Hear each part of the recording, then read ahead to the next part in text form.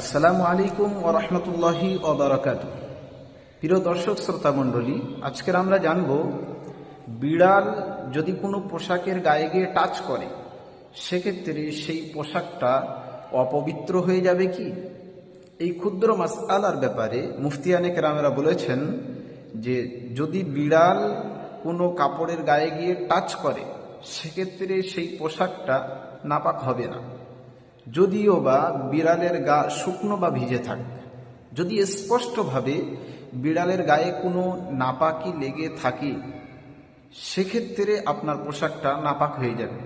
আর যদি বিড়ালের গায়ে কোনো রকমের নাপাকি লেগে না থাকে সেক্ষেত্রে আপনার পোশাকটা অপবিত্র হবে না বা নাপাক হবে না।